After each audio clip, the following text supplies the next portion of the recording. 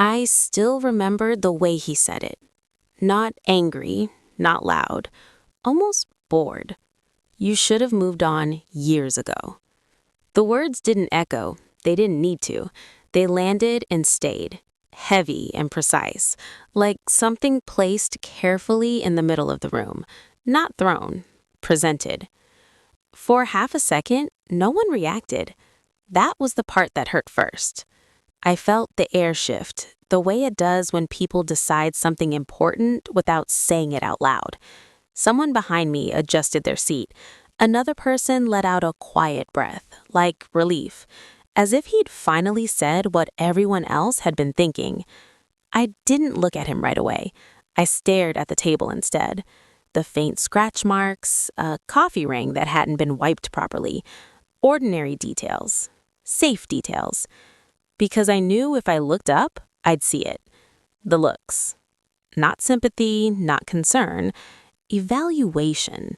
That subtle narrowing of eyes people get when they're measuring how much blame belongs to you. The way heads tilt when they're deciding whether your pain has overstayed its welcome. I could feel it without seeing it. My face stayed still. I made sure of that. No shaking lips, no sharp inhale. I didn't want to give anyone the satisfaction of proof. Proof that I was exactly what they'd already decided I was. Someone laughed softly, not cruelly, worse than that, uncomfortable. The kind of laugh meant to smooth things over, to move past the moment quickly. No one said my name. No one said, "That's not fair." The silence wasn't neutral. It chose a side. Inside my chest, something folded in on itself, quietly, neatly, not breaking, collapsing, like a chair being put away after it's no longer needed. I wondered briefly how long they'd been waiting to say it out loud, how many conversations had happened without me, how many times my life had been summarized in a sentence that stripped it of context, effort, or dignity. You should have moved on. As if I hadn't been moving every single day. As if survival counted only if it looked neat from the outside. I felt heat rise to my neck, then fade. My hands were resting in my lap. I noticed how calm they looked, how convincing stillness can be. There were so many things I could have said. Explanations, corrections, the kind of truth that takes years to carry and only seconds to dismiss. But I didn't say any of them. I nodded once, slightly, enough to signal that I'd heard him, enough to let everyone believe they were right. And in that moment, the moment I chose silence, something shifted. Not in the room, in me. I didn't say anything. And that's where everything changed. I didn't become strong in any way that people applaud. It happened quietly, in kitchens before sunrise, in bathrooms with the door locked for exactly 3 minutes longer than necessary, in moments where there was no one watching, so there was no reward for holding myself together. I'm a single mother. I don't announce it. I don't explain it unless I have to. It shows up on its own, in the way my mornings start before everyone else's, in the way my phone is always face up, volume on, just in case. My days are built around one small life that depends on me completely. Lunches packed with whatever is left, clothes laid out the night before so there's no rushing, no forgetting. I learned early that panic wastes time, and time is the one thing I never have enough of. I don't skip meals because I'm brave. I skip them because the groceries have to last. I don't wear old clothes because I'm humble. I wear them because my child grows faster than I can plan for, and priorities rearrange themselves whether you're ready or not. There's a kind of tired that sleep doesn't touch. It settles deeper in your bones. I carry it with me while helping with homework, while nodding through school meetings, while smiling at things that aren't funny because my child is watching my face more than my words. I learned how to make exhaustion look like calm. At family gatherings, I'm there early and leave quietly. I help clean without being asked. I don't talk much about myself because it always seems to make people uncomfortable. My life doesn't fit easily into conversation. It takes too long to explain, and explanations invite opinions. When people ask how I'm doing, I say fine. Not because it's true, because it's efficient. Appreciation was never loud in my world. It came, if at all, in practical forms. A chair pulled out, a comment like, "You're managing." Not "you're doing well," not "this must be hard," just managing, like I was a situation, not a person. Advice came freely. Support came with conditions. Help came with reminders of how much easier things would be if I made different choices they believed I was still refusing to make. No one ever asked what it cost me to keep things running. They saw the result and assumed it required nothing. There were nights I sat on the edge of the bed after my child fell asleep, listening to the quiet, feeling the weight of everything I hadn't said that day.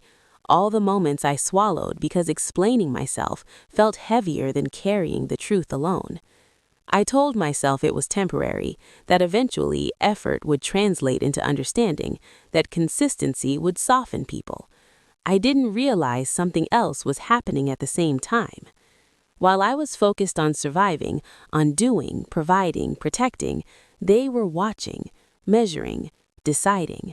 And by the time I noticed the distance in their voices, the assumptions in their tone, it was already set. They didn't see sacrifice. They saw a delay. They didn't see strength. They saw something unfinished. I didn't know it yet, but long before anyone confronted me, they had already agreed on who they thought I was. And soon, they were going to make sure I knew it. I started noticing it in the pauses. Conversations that thinned out the moment I entered the room. Sentences that changed direction halfway through, like someone had taken a wrong turn and corrected themselves too late. My name said quickly, then not again. At first, I told myself I was imagining it. Stress does that. Exhaustion sharpens things that don't matter. I had learned to doubt my instincts long before I learned to trust them. But patterns don't lie for long. Plans were made without me. I'd hear about them afterward, framed casually, as if my absence had been accidental. Decisions that affected me were already settled by the time anyone bothered to inform me. Not ask, inform. I remember one evening clearly. We were all sitting together, the kind of gathering that's supposed to feel familiar, comfortable. Someone mentioned a decision that directly involved my time, my child, my schedule. I waited for someone to look at me, to check, to include me. No one did. I spoke up then, not emotionally, just a simple question. When was this decided? The room went still, not surprised, cautious. "Oh, it just came up," someone said. Another added, "We didn't think you'd mind." I did mind, but what I felt more strongly was the way they'd already moved past the possibility that I might. That was the first time I realized they were talking about me when I wasn't there, not asking questions, drawing conclusions. Later, it became less subtle. Comments slipped through with the ease of practice. "You're still holding on to that? We just want what's best for you. At some point, you have to be realistic." Realistic. The word was used like a diagnosis. They spoke as if my life was stalled, as if time had stopped for me alone and everyone else was patiently waiting for me to catch up. There was no curiosity in their voices, no interest in what my days actually looked like. I tried to explain once, just once. I kept it brief, factual. I talked about logistics, responsibilities, timing. I avoided emotion because I knew how quickly it could be used against me. They listened politely. Then one of them said, "That's not how it seems." That was it. That was the moment something settled in my chest. It doesn't matter how it seems when you're the one living it. From then on, I stopped explaining. I listened instead.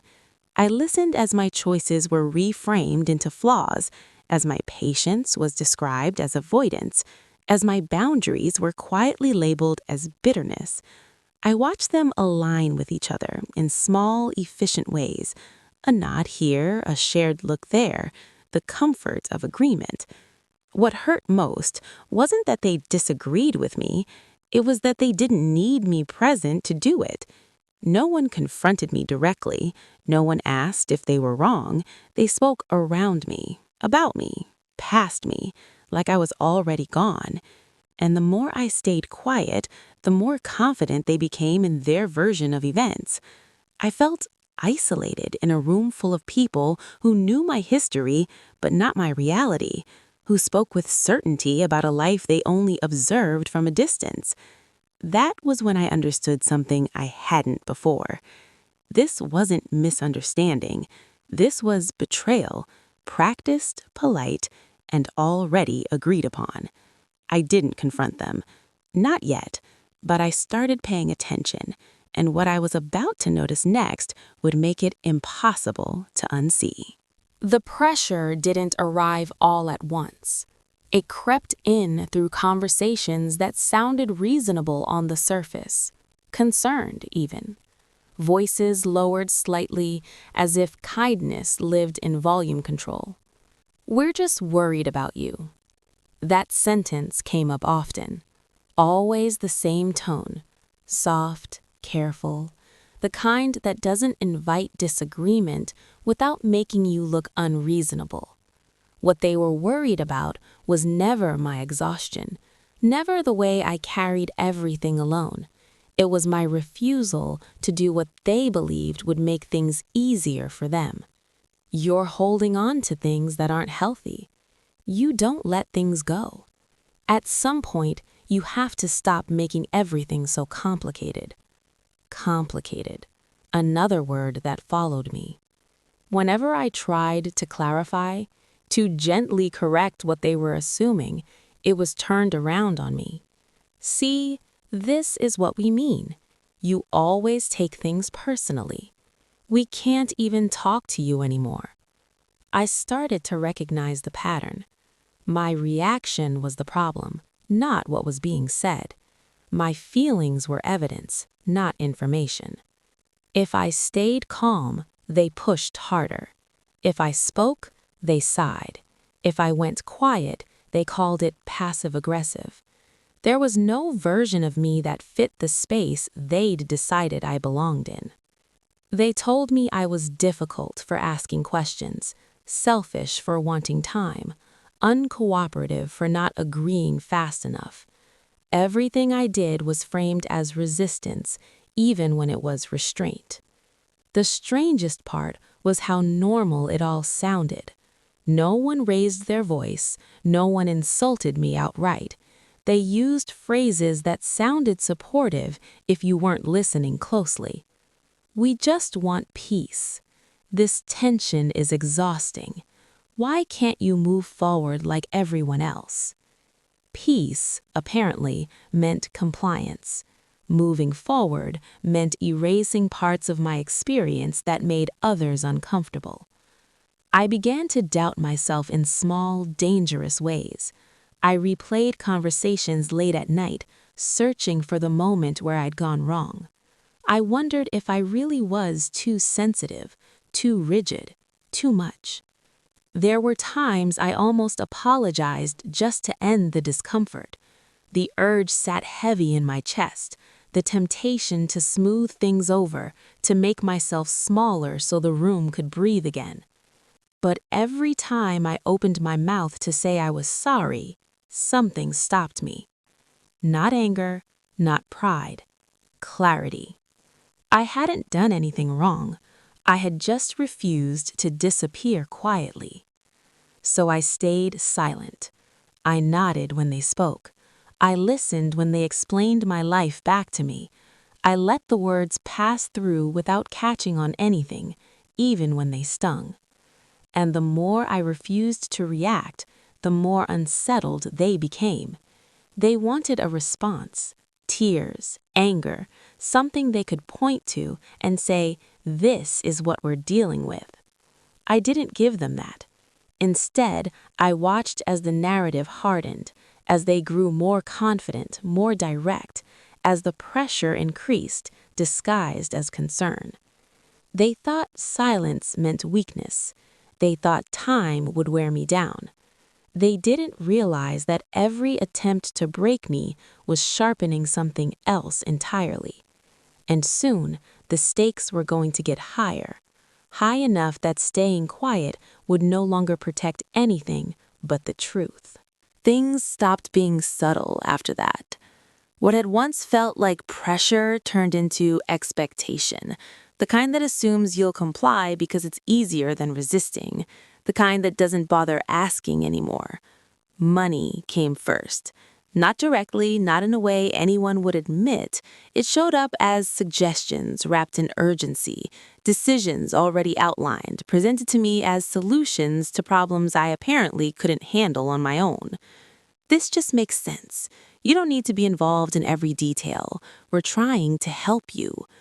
Numbers were discussed around me, not with me. Amounts, timelines, arrangements that affected my life and my child's life, spoken aloud as if I were an abstract concern instead of the person responsible for the consequences. When I asked questions, the air changed. Why are you being so defensive? Why do you always assume the worst? I wasn't assuming anything. I was listening. Then it was my child. Comments slipped in, casual, almost careless, about what would be better in the long run, about stability, about influence, about who should have a say. I noticed how often my child's name was used when they wanted leverage, how quickly concern turned into strategy. My chest tightened every time, not fear, recognition. This wasn't about support anymore. This was about control. Socially, I felt myself being edged out. Invitations came late or not at all. When I was present, conversations shifted away from me, as if my presence complicated things. People spoke with the confidence of those who believed they already knew the whole story. I could feel my reputation thinning, piece by piece, not attacked outright, just adjusted, softened into something unrecognizable. She's under a lot of stress. She doesn't really see things clearly right now. We're just giving her time. Time, another word that sounded generous while doing damage. Physically, I was running on something close to empty. Sleep came in fragments. My body held tension I didn't remember earning. I smiled automatically and paid for it later in silence. They watched me carefully during this period. I could tell. Waiting for the moment I would crack, waiting for the apology, the outburst, the scene, something that would confirm everything they'd been saying. I thought about how easy it would be to give them that, to cry, to plead, to finally react the way they expected. But I didn't. I stayed steady. I showed up. I took notes, mentally at first, then more deliberately. I remembered exact words, exact dates, exact shifts in tone. Because while they believed they were closing in on me, I was beginning to understand the shape of the situation. They weren't pushing because I was weak. They were pushing because they thought I had no options. They assumed the corner they'd backed me into would force me to choose survival over truth. What they didn't know was that I was already choosing something else. And soon, quietly, without announcing it to anyone, I was going to take the first step that changed everything. The decision didn't arrive like a breakthrough. There was no rush of clarity, no sudden confidence. It came on an ordinary night, the kind that blends into all the others. My child was asleep. The house was finally quiet. Not peaceful, just quiet enough to hear my own thoughts again. I sat at the table long after I should have gone to bed, staring at nothing in particular. My phone lay face down beside me. No messages, no demands, just a rare pause. That's when it hit me, not as panic, but as certainty. Nothing I said was going to change their minds, not because I wasn't explaining well enough, not because I lacked proof, but because they didn't want understanding. They wanted resolution, their version of it. I felt something loosen in my chest as I accepted that. The constant effort to be seen, to be fair, to be patient, it drained away, leaving behind something quieter and far more stable. I stopped rehearsing conversations in my head. I stopped drafting explanations no one had asked for. I stopped imagining the exact combination of words that would finally make them listen. Instead, I asked myself one question: what do I need to protect? The answer was immediate, not dramatic, not abstract. My child, my stability, my name. That night, I opened a folder I hadn't touched in years. Old emails, messages, documents I'd kept without knowing exactly why, only that something in me had refused to let them go. I didn't read everything at once. I didn't relive it. I organized, labeled, dated. There was no anger in it, just intention. Over the next few days, I made small changes that no one noticed. I stopped sharing details. I redirected conversations. I asked fewer questions and answered with less. When someone offered help, I thanked them and said I had it handled. When advice came, I listened politely and did nothing with it. The shift wasn't visible yet, but it was real. For the first time in a long while, my silence wasn't about endurance. It was about direction. I wasn't waiting anymore. I was preparing.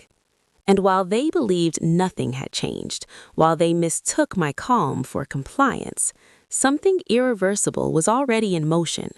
They just didn't know it yet. And when they finally did, it wouldn't come from me explaining myself. It would come from the truth standing on its own. It didn't happen the way people imagine confrontations do. There was no raised voice, no dramatic pause, no moment where everyone suddenly turned to look at me. The truth came out quietly, the way it always does when it no longer needs permission. We were sitting across from each other, not all of us, just enough to make it official. Papers on the table, neutral faces, someone who had no emotional investment reading aloud what had already been decided by facts, not opinions. Dates, amounts, records, things that didn't bend just because someone wanted them to. I watched their expressions change in real time. Confusion first, then discomfort, then that tight look people get when they realize the story they've been repeating doesn't survive contact with reality. Someone interrupted, tried to clarify. Their voice came out too fast. That's not what we meant. But the person reading didn't stop. They just kept going, calm, methodical, unmoved. I didn't look at anyone. I didn't need to. I already knew what was written there. This wasn't new information to me. It was confirmation. When the room went quiet again, it felt different this time. Not heavy, exposed. Someone finally turned toward me, slowly, like they were approaching something fragile. I didn't realize. We thought, if we had known. I heard all of it without absorbing any of it, not because I was numb, but because it was too late for explanations to matter. No one asked me how I felt. They didn't have to. The shift was visible. The confidence they'd carried for months evaporated, replaced by carefulness, by restraint, by the sudden awareness that I hadn't been silent because I was wrong. I spoke once, just once, not to accuse, not to explain. I corrected a small detail, a factual one, the kind that makes it clear you've been paying attention the entire time. Then I stopped. That was enough. No one argued after that. They avoided my eyes as the meeting wrapped up. Papers were gathered, chairs moved back. The room emptied in a way that felt almost apologetic.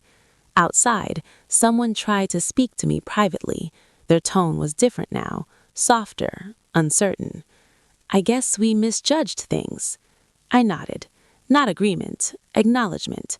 Because what they were really saying was, we were wrong, and they had just realized it in front of witnesses without me ever having to raise my voice. As I walked away, I felt something I hadn't expected. Not triumph, not relief. Balance. For the first time, the truth wasn't something I had to carry alone. It had spoken for itself. And the silence that followed, their silence, was finally doing the work mine had been doing all along. The days after were quieter than I expected. Not peaceful, just different. The kind of quiet that settles in after something heavy has been set down and no one is rushing to pick it up again.